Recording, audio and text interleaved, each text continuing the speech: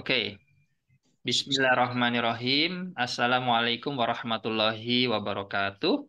Alhamdulillah wa syukurillah la haula wa la quwata illa billah.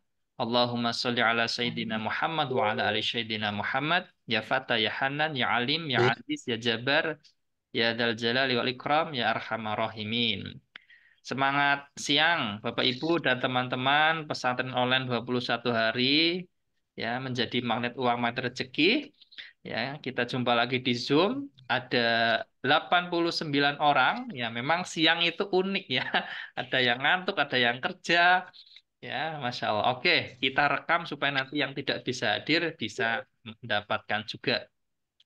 Baik, ada Kang Mulyana, ada Ibu Sudarmi, ada Ibu Nela, ada Ibu Purdaningsih. Ya, jadi langsung saja kita sisa waktu kurang lebih 30 menit, efektif saja. Ya, saya ingin mendapatkan feedback atau juga pertanyaan mungkin atau sharing yang mau bercerita perihal dua materi terakhir ya, tentang spiritual matter ya dan juga kemelekatan ya. Tentang kemelekatan tadi pagi banyak yang WA ya, Masya Allah sudah dijawab juga karena banyak yang sudah dijadikan konten juga. Ya jadi tinggal saya share-share saja. Monggo, Kang Mulyana mungkin, Ibu Sudarmi, Bu Purdaningsi, kalau bisa buka videonya boleh wajahnya atau chat di kolom chat kalau mau sharing atau bertanya. Silahkan. Kang Mulyana mungkin. Iya, Assalamualaikum warahmatullahi wabarakatuh. Waalaikumsalam warahmatullahi wabarakatuh. Dan mungkin untuk pembahasan kemelekatan saya belum paham benar pengaplikasian kepada kehidupan saya pribadi mungkin. Mohon penjelasan seperti apa eh, teknis pelaksanaan kepada diri sendirinya gitu maksudnya. Oke, baik. Nih, Bapak Ibu dan teman-teman, Kang Mulyana bertanya tentang kemelekatan itu apa dan dampaknya sebenarnya Kang Mulyana nggih, dalam kehidupan juga pengaplikasiannya bagaimana. Begitu Kang Mulyana nggih? Iya, iya, Nah, baik. Bismillahirrahmanirrahim. Saya mau bertanya Kang Mulyana, boleh ya? Kang Mulyana iya. ini punya sesuatu yang paling berharga, boleh disebutkan? Mungkin motor atau mobil, boleh? Eh, Ada, punya ya. Apa, motor atau mobil nih? motor, mobil. Motor. Oke. Saya ingin bertanya ke Kang Mulyana.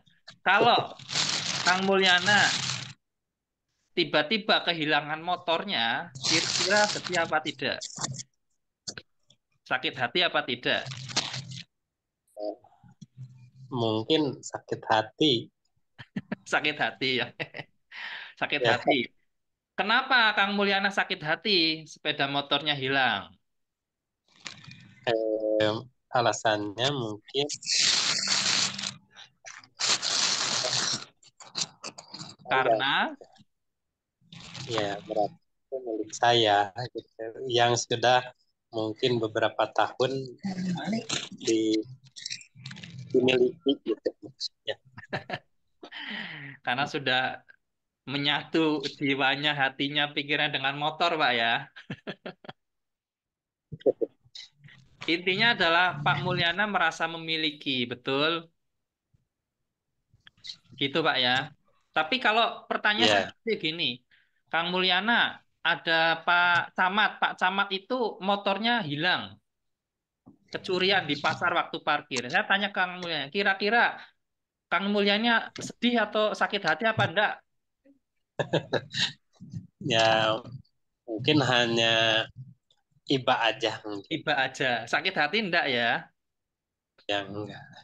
Kenapa kira-kira? Motornya Pak Camat hilang kok nggak ngaruh sama Pak Kang Mulyana itu. Cuma kasihan Karena aja. itu milik orang lain. Karena milik orang lain ya. Masya Allah. Ya, kurang lebih begitulah Kang Mulyana ya. Ya, kemelekatan itu seperti itu. Ya, kemelekatan itu Sederhananya adalah karena kita merasa memiliki, kita merasa Jadi mempunyai, ini sehingga ketika apa yang seolah-olah kita miliki itu, ki apa yang seolah-olah kita punya itu ketika dia hilang, ya, kita sedih. Ketika hilang, kita sakit hati. Padahal kalau mau kita kaji, ya, lawang itu kan bukan punya kita, itu kan titipan, ya. ya. Yang namanya titipan nanti sewaktu-waktu diambil, ya jangan marah, jangan ngamuk, jangan sakit hati. Ya, seperti itu. Ya, Bisa diterima Kang Mulyana? bisa, insya Allah. Dipahami. Ya, itu sederhananya gitu. Pendalamannya tinggal diganti lagi. Artinya begini. Ini ada hubungannya dengan spiritual matter itu tadi ya, yang sudah bahas di materi ya. Ketika kita sakit hatinya kenapa? Apa karena harapan kita tidak terwujud, tidak tercapai? Berarti kita melekat dong pada harapan itu. Ya, misalkan ini siapa lagi? Ada Bu Yani. Bu Yani sakit hati, ya kan, terhadap seseorang karena orang itu janjinya jam 8 tapi datangnya jam 9. Nah, berarti kan ibu melekat pada kehadiran orang itu gitu. Ya, kan sudah bikin kesepakatan. Iya, kan rencana kita, rencana manusia, ya kan? Rencana Allah beda. Mungkin kalau Bu temannya Bu Yani hadir ngegas memaksakan jam 8, mungkin mengalami kecelakaan atau hal-hal buruk yang terjadi di jalan, kita nggak tahu. Sama dalam pengaplikasian doa, nggih, pengharapan, kan saya sering katakan, nggih, Kang Mulyana, Bu Sudarmi, dan semuanya, ayo, jangan melekat pada masalah, jangan melekat pada proses, jangan melekat pada hasil, menyakitkan. Ya, orang sering bercerita tentang masalahnya, mengeluh, ya, artinya dia melekat pada masalah dong. Apalagi secara psikologi, orang yang mengeluh ya, itu mengeluhnya serius loh. Ya enggak? Orang mengeluh, itu mengeluhnya sepenuh hati loh. Ya, Kang Mulyana ya. Ya, Bu Yani ya. Teman-teman ya, Bapak Ibu. Perhatikan saja, orang yang mengeluh itu dia serius. Wajahnya, ekspresi serius. Untuk hal yang dia keluhkan serius. Akhirnya apa? Secara dimensi kuantum, dia sedang menyebarkan energi-energi ke alam semesta ini. Dia minta apa yang dikeluhkan akhirnya hadir dalam kehidupannya. Paham ya? Nah, jadi berhentilah mengeluh.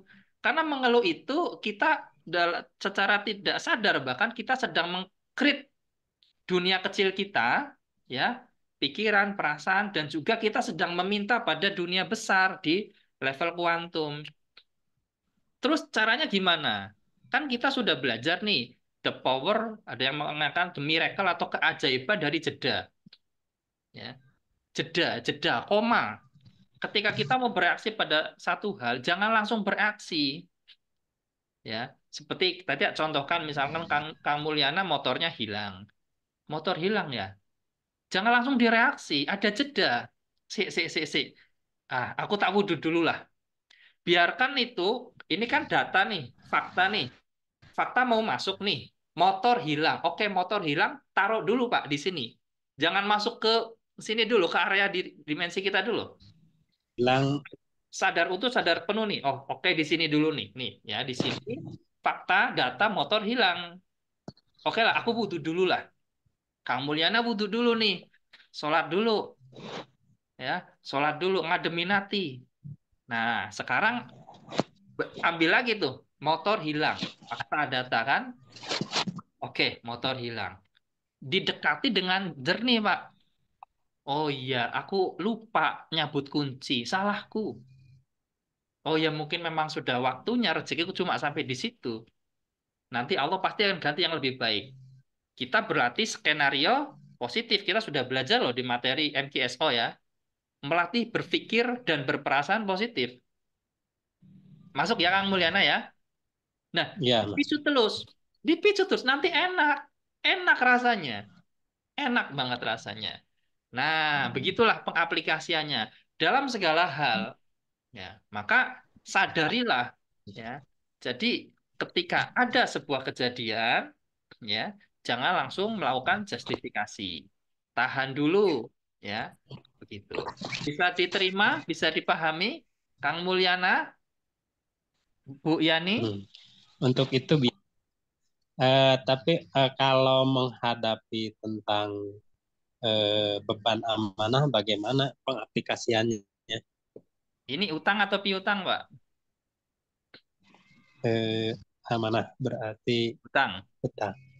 Ya, utang ya. Nah, kembali lagi, Bapak dicek lagi, ya. Kan sudah saya bagi jadi tiga. Hutang itu di bawah 100 juta, kemudian 100 sampai 1 miliar, kemudian 1 miliar ke atas. Itu kan positioningnya beda, pendekatannya beda, ya kan? Pendekatannya beda. Mau di breakdown sekarang, Pak Kang Mulyana, nggak apa-apa? Supaya teman-teman belajar hutangnya berapa. Oke, oke. Ini aja, saya secara ini aja, Pak ya, secara umum saja. Kan materinya sudah ini tinggal diulang-ulang ya. Ya. Kalau utangnya ya itu di bawah 100 juta, itu sudah pasti masalahnya dua, Pak. Mindset, cara berpikirnya, dan juga keahliannya.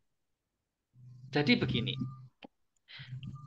ilmu yang sekarang ada di panjenengan semua, ilmu ya, pengetahuan, dan juga keahlian yang panjenengan miliki saat ini, ya 5 tahun terakhir itu sudah menghasilkan kehidupan yang saat ini loh. Jika kemudian panjenengan sedang dihadapkan pada masalah, ya masalah utang misalkan, kok sudah 6 bulan tidak kelar-kelar masalah itu, artinya cara berpikirnya, ya cara berperasaannya dan keahliannya harus diupdate dan harus diupgrade. Oke ya, satu kalimat. Jika panjenengan sudah lama, yang saya maksud lama ini 3 sampai 6 bulan loh ya. Ya, 3 sampai 6 bulan, Anda ada di satu masalah yang sama, dan perasaan dan juga cara berpikirnya sama, berarti masalahnya itu akan tetap sama dan lama. Kok bisa begitu? Ya kan, sudah jelas Bapak Ibu, Allah tidak akan merubah nasib kaum, ya seseorang, kalau orang itu tidak merubah apa yang ada dalam dirinya. Apanya? Ininya loh, cara berpikirnya, keahliannya, vibrasinya, frekuensinya. Oke? Nah, itu. Bisa ya? Nah, beda lagi nih kalau yang 100 sampai 1 miliar beda lagi biasanya Pak. Masalahnya bukan bukan tentang keahlian, cara berpikir sudah bagus. Update aja sedikit lagi cara berpikirnya. Ya, biasanya ya yang punya hutang antara 100 sampai 1 miliar ini mereka kalau bahasa kita itu OKB, orang kaya baru. Mereka tidak punya keahlian manajemen keuangan. Mereka mencoba-coba, saya katakan coba-coba sebuah bisnis, investasi, ya, seperti itu. Beda lagi nih kalau 1 miliar ke atas. Makanya kan sering saya katakan gini, membimbing orang yang punya utang 100 juta, 100 juta ini sih 1 miliar ke atas, Pak. Itu lebih cepat selesai. Saya ulangi pelan-pelan ya. Orang yang dibimbing nih, orang punya utang 1 miliar ke atas, Pak, itu lebih cepat selesai daripada orang yang punya hutang antara 100 sampai di bawah 100 juta, kemudian 100 juta sampai 1 miliar. Kenapa? Karena mereka sudah punya pondasi, cara berpikir, cara berperasaan tentang vibrasi, tentang energi, mereka sudah punya pondasi, Pak. Oleh sebab itu betul yang dikatakan bahwa untuk kemudian orang itu dalam keadaan belum berkecukupan, saya katanya, belum berkecukupan, menjadi berkecukupan, atau dalam bahasa lebih tinggi lagi, orang miskin ke agak kaya atau ke kaya itu lambat loh. Tapi kalau orang yang kaya ke super kaya lagi, lebih kaya lagi, itu lebih cepat, Pak, Bu. Kenapa? Karena pondasinya sudah ada. Mulai dari cara mereka berpikir, cara mereka berperasaan, sudah ada. Ketika mereka melakukan afirmasi, ya, titik titik nyata dalam pikiran mereka merasa berkelimpahan pada angka berapa, treatnya itu gampang. Maka percepatan orang yang kaya ke sangat kaya itu lebih cepat daripada orang yang maaf miskin ke agak kaya. Saya menggunakan kata berkelimpahan ya dan berkecukupan dalam dalam Al-Qur'an itu. Tapi ini supaya Bapak Ibu bisa paham ya. Kenapa bisa kok perubahan dari orang yang kaya ke agak kaya bahkan kaya itu lebih lebih lama? Kenapa? Apa usia-usia kayak kita nih misalkan gitu. Kan konsen kita di sini adalah usia 40 tahun itu nggak punya utang. Kita punya 20 tahun terakhir, kalau umur kita sampai 60 tahun nih, mudah-mudahan nggak punya utang. Ya, kita tua nanti punya anak, punya cucu, nggak ngerepotin mereka, kita malah bisa ngasih.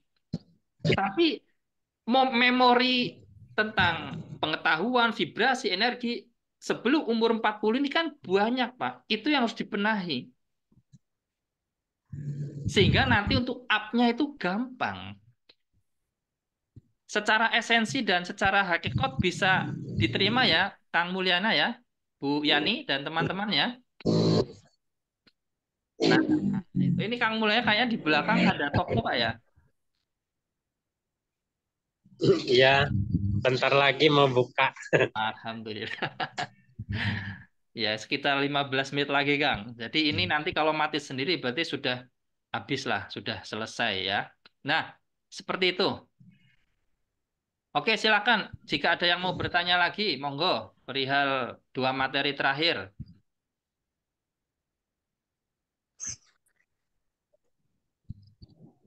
Silakan, jika ada yang mau bertanya. Ibu Yani, Ibu Yang lain Sudaryani, dulu coba.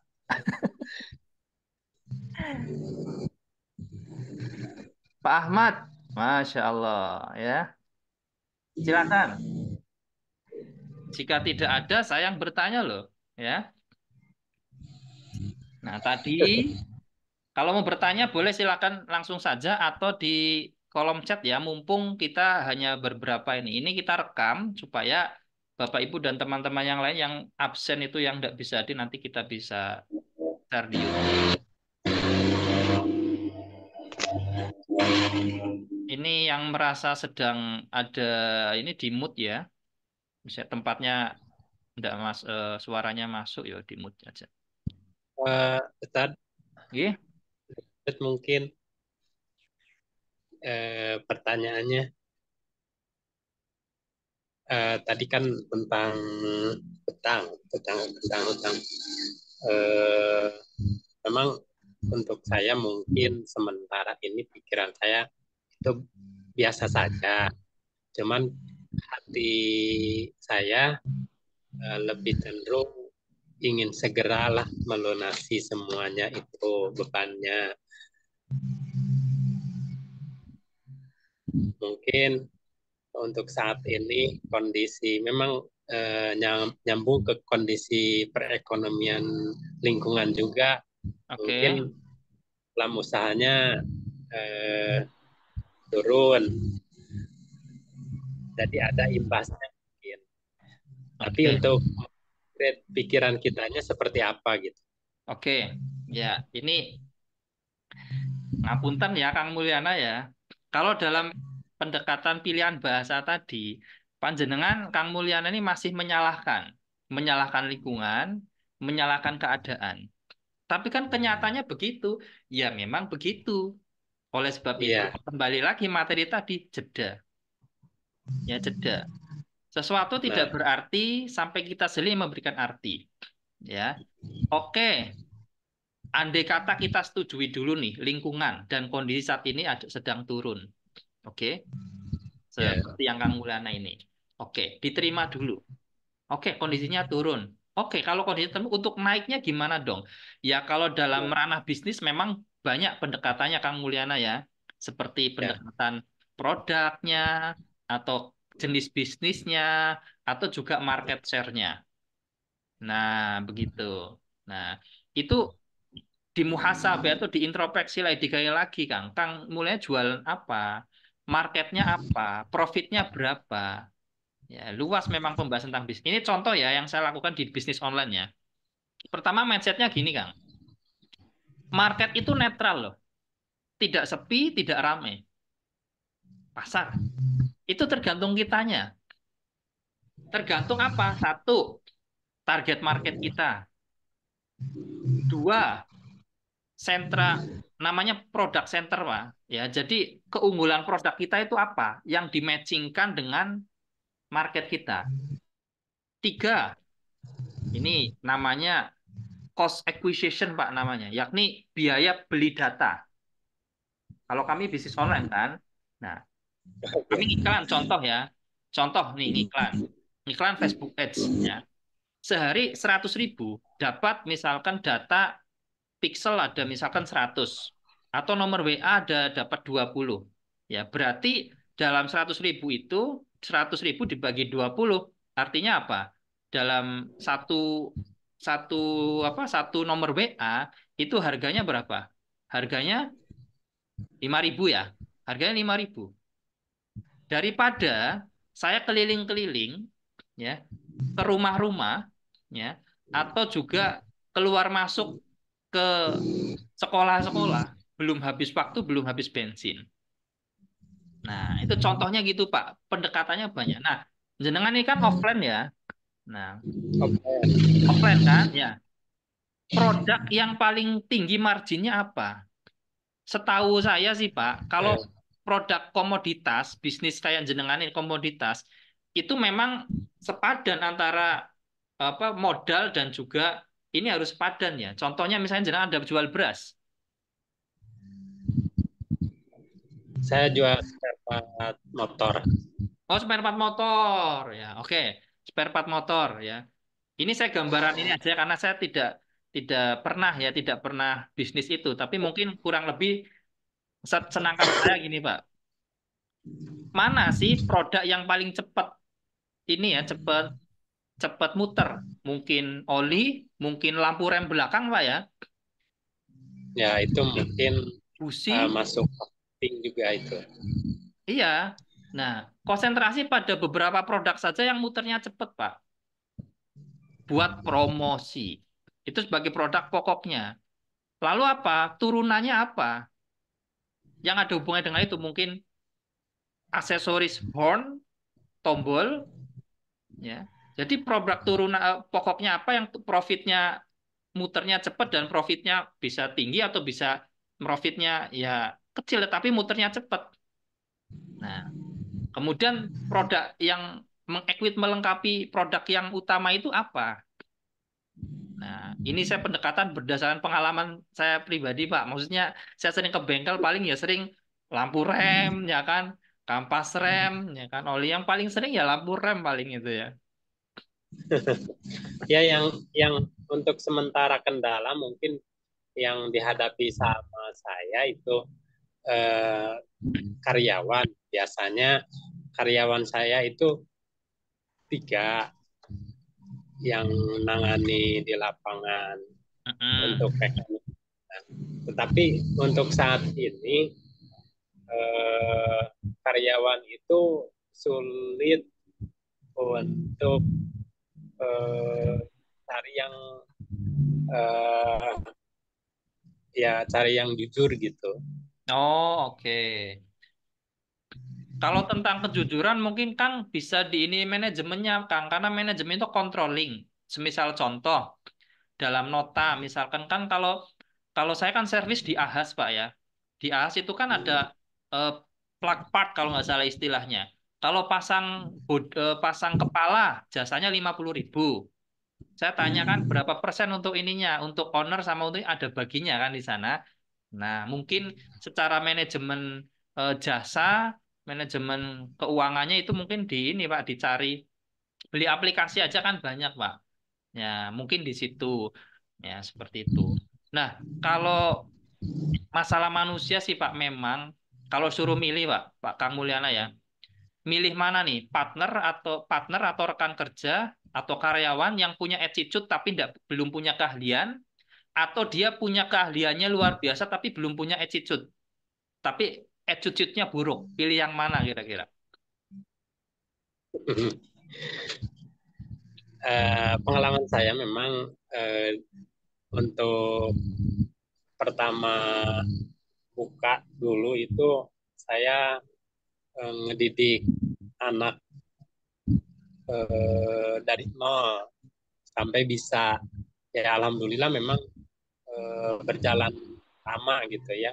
Tapi untuk saat ini kan saya prinsipnya kalau udah bisa ke anak buah saya, silahkan kalau mau buka, kalau udah pendek, udah bisa eh, bisa buka sendiri gitu. Prinsip saya yang penting silaturahminya tetap berjalan gitu. Ya Alhamdulillah. alhamdulillah sekitar pengalaman saya yang sudah sekitar 8 tahun, 10 tahun kerja di saya, ya alhamdulillah beliau-beliau juga bisa menerapkan di bengkel-bengkel pribadinya gitu. Alhamdulillah. Ya, ya, ya, ya. Itu udah luar biasa, Pak. Berarti Kang Mulyana dapat amal jariahnya. Ya Ya, mudah-mudahan ini. memang resikonya begitu, Kang. Kalau kita tidak dirangkul dalam sebuah sistem, ya, tidak dirangkul dalam sebuah sistem, misalkan orang itu ilmunya dari Kang Mulyana, kemudian nanti kalau mau misah, ya, tetap ada sebuah relasi bisnis, ya, itu memang ya begitulah. Betul banyak kan orang-orang dari Ahas atau dari setelah pinter mereka buka sendiri. Tapi ya betul yang seperti Kang Mulyana lakukan, ya ikhlas aja lah. Jadi amal jariah kita. Dan rezeki kan tidak melulu tentang uang, tidak melulu tentang ini. Ya, ketika mereka bahagia, mereka juga mendapat pangmulnya mendapat kebahagiaan juga pastinya. Ya kembali lagi Pak ke Pak spiritual meter itu kan yang level Ya, level 5 sudah tanpa pamrih Pak. iya, iya. Tanpa pamrih rezeki tidak mungkin tertukar. Ya memang secara bisnis Kang Mulyana harus terus meriset kenapa pelanggan sepi. Mungkin servisnya, mungkin pelayanannya ditingkatkan. Tetapi sekali lagi tidak melekat di situ, Pak. Itu yang Iya, iya. dimaksud tadi. Jenengan ikhtiar nih, cari sistem, cari mekanik, cari karyawan, ya, yang oke lah sesuai dengan standar yang diinginkan. Tetapi kemudian jenengan jangan melekat di situ, karena itu kan ikhtiar lahirnya. Kalau Allah tidak berkenan dengan itu, ya kan? Nah, Iya, iya. itu yang saya katakan ngotot boleh, maksa jangan. Jenengan pengen hasil 1 juta 1 hari, ya minta dalam doa. Tetapi ternyata Gusti Allah mau ngasih 2 juta, akan tetap masuk 2 jutanya selama panjenengan tidak ngotot, ya, tidak maksa untuk dapat 1 juta. Itu yang dimaksud dengan mengolah sebenarnya, mengolah kemelekatan. Tapi tahap awal saya katakan membebaskan diri dari kemelekatan, nanti sampai sadar sendiri, oh ternyata kemelekatan itu diolah. Ngotot boleh, maksa jangan. Nah, jadi saya senang sekali Kang Mulyana sudah luar biasa ya. Kita sharing tadi, ya ngajarin orang, orang itu pinter, kemudian bikin sendiri. Yakin Kang, ada pahala, ada kebaikan yang terus mengalir, yang rupanya itu ya tidak hanya uang, tetapi hal-hal lain yang kalau bahasa ulama itu orang-orang kayak kita 40 tahun ke atas itu pilihlah hal-hal yang lebih utama daripada hal yang utama. Hal utama itu, yang lebih utama itu orientasinya kepada kebaikan di akhirat, juga dapat imbasnya juga di dunia. Oke, saya rasa itu aja, nggih, Kang Mulyana, Ibu Iya, iya. semua ya, Bapak Ibu dan teman-teman, semoga ada manfaatnya dari perbincangan Zoom siang ini. Ya, lebih kurangnya mohon maaf. Ini detik-detik sudah mau habis 40 menit ya. Semoga kita istiqomah dalam kebaikan dan perbaikan, tetap di jalur taat, jalur takwa karena itu adalah program auto hidup bahagia makmur dari Gusti Allah. Saya rasa itu aja nggih. Lebih kurangnya mohon maaf. Terima kasih. Saya tutup dulu. Assalamualaikum warahmatullahi wabarakatuh. Sampai jumpa lagi di Zoom berikutnya. Terima kasih. Sama-sama. Waalaikumsalam warahmatullahi wabarakatuh.